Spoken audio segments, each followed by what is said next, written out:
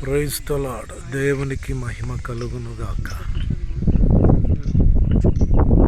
మరి అద్భుతమైనటువంటి ఈ వాతావరణంలో మీకు ఒక అద్భుతమైన మాట చెప్పడానికి ఇష్టపడుతున్నాను.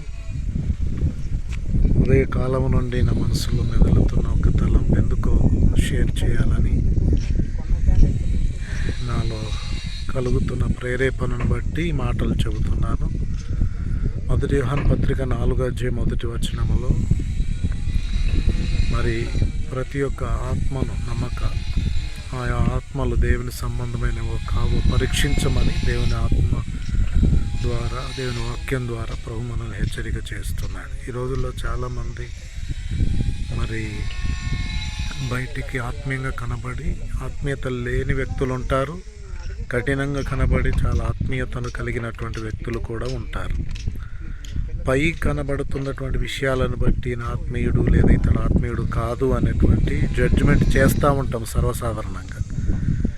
కానీ అలా కాదు. కానీ 1 కొరింథీ పత్రిక 2వ అధ్యాయంలో మనము చూస్తే మరి ఆత్మ ద్వారా ఆత్మ సంబంధమైన సంగతులు సరిచూడవచ్చని, ఆత్మ సంబంధి అయిన వాడు అన్నిటిని వివేచించునని దేవుని వాక్యంలో స్పష్టంగా బోధించబడ్డారు.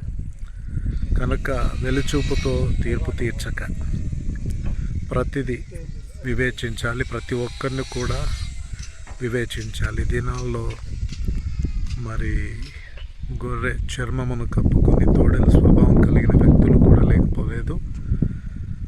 కనుక మరి అబద్ధ ప్రవక్తలు, అబద్ధ బోధకులు మాత్రమే కాదు, మరి అబద్ధ క్రైస్తవులు కూడా క్రీస్తులో ఉన్నాము, క్రీస్తుని కలిగి ఉన్నాము, మేము దేవుని బిడ్డలం అని చెప్పి ఆత్మీయత లేక ఆత్మీయత కలిగి ఉన్నట్లుగా ప్రవర్తించేటువంటి వ్యక్తులు ఎంతమంది ఉంటారు.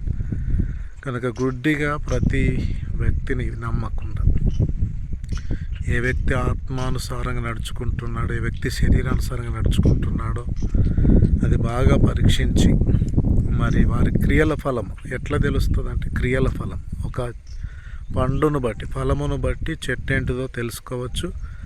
అలాగే క్రియల ఫలం, మనిషి యొక్క క్రియల ఫలమును బట్టి మనము వ్యక్తిని మనం తెలుసుకోవచ్చు. కనుక మనం ఈరోజు ఎలా ఉన్నాం, ఎలా బ్రతుకుతున్నాం, మనల్ని మనం పరీక్షించుకుంటూ గ్రుడ్డిగా ఎవరిని పడితే వారిని నమ్మకుండా ఆత్మ ద్వారా వివేచన కలిగి ప్రతి విషయంలో జాగ్రత్తగా మీ అడుగులు ముందుకేయాల్సిందే కోరుతూ, ఆత్మ సంబంధమైన వివేచన కలిగి మీరు జీవించాలని దేవుని ప్రేరేపణ చేత ఈ మాటను ప్రకటిస్తూ మాటలు ముగిస్తున్నాను. ప్రభు తగిన వివేచన, తగిన జ్ఞానము దేవుడు ప్రతి ఒక్కరికి దయచేయునుగాక.